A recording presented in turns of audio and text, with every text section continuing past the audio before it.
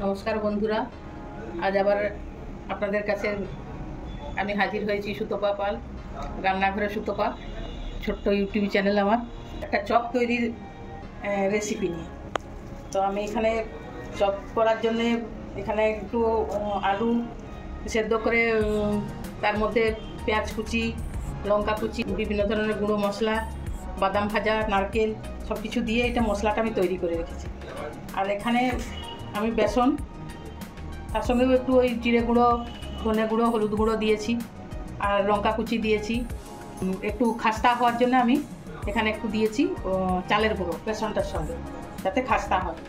আর আর একটুখানি এখানে আমি গরম তেলটা, এই যে তেল ইয়ে করছি, এটা বেসনটা একটু মিশিয়ে নেবো আরও খাস্তা হওয়ার জন্য চপটা। আর আমি এখানে তেলটা গরম হতে দিয়ে রেখেছি। আমি তো সব দিন বলেছি যে আমি রান্নায় রাইস বার্ন অয়েল ভিস্টিজের ব্যবহার করি, যেটা আমাদের হজমে সাহায্য করে, চপ খেলেও কোনো অসুবিধে নেই। তো আমি সেটাই ব্যবহার করি। এখন আমি এটা তেলটা, বেসনটাকে আমি ভালো করে ফেটিয়ে নিয়েছি একটু ফ্লাপি হওয়ার জন্যে। এবার আমি চপটা বানাবো। এখানে আমি একটা পলিথিনে একটা তেল বুলিয়ে নিয়েছি।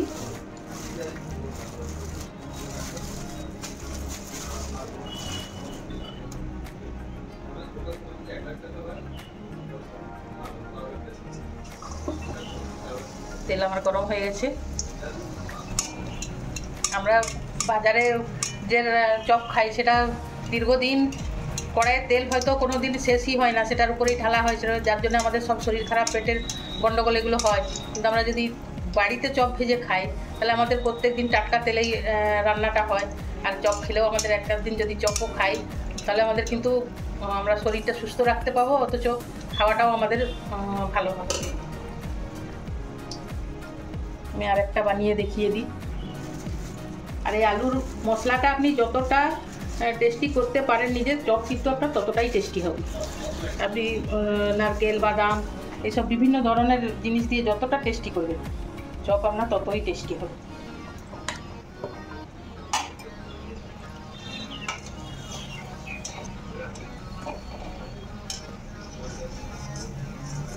চপটা ভাজা হয়ে গেল, দেখুন কত সুন্দর ফুলেছে চপটা। আরও একটা আমি দেখিয়ে দিই।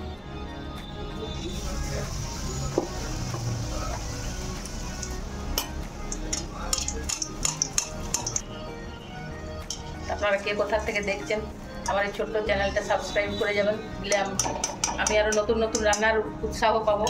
আর আমার রান্নাতে যত স্টক আছে আপনাদেরকে শেয়ার করার জন্য থাকবো।